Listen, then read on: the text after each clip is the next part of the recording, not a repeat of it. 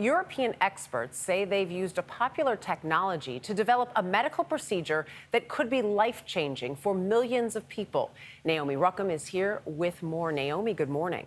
Good morning, Dana. That's right. Researchers used implants with Bluetooth technology, the same that's in your phone, to help a paralyzed person walk again, just by thinking about it.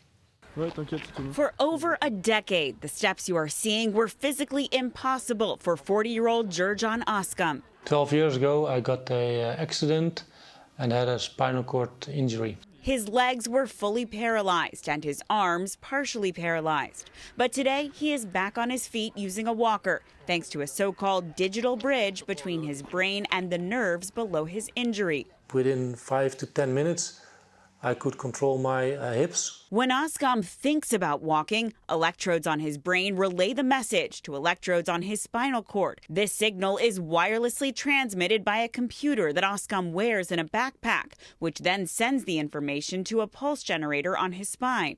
Our idea was to re-establish this communication with a digital bridge, an electronic communication between the brain and the region of the spinal cord that is still intact.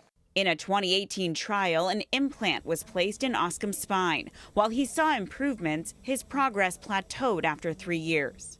That original spinal implant is currently paired with 2 disc-shaped implants inserted into his skull. Now, when Oskam thinks about walking, the skull implants detect electrical activity in his brain. The patient has first to learn how to work with his brain signals. And we also have to learn how to correlate this brain signal to the spinal cord stimulation. After around 40 rehabilitation sessions using the brain-spine interface, Oskam can now walk short distances without the device if he uses assistance, allowing him to regain his independence one step at a time. I can really build functional things from it. Just an example, I'm training 10 years to stand up with a friend having a beer. And that's something I think people don't realize. Another bit of optimism. Oskam's doctors say not only did he regain control of some of his muscles, but they also noticed the growth of new nerve connections. Amazing. Guys? Unreal. Groundbreaking. I remember Christopher Reeve imagining this would help him in his life after he was paralyzed.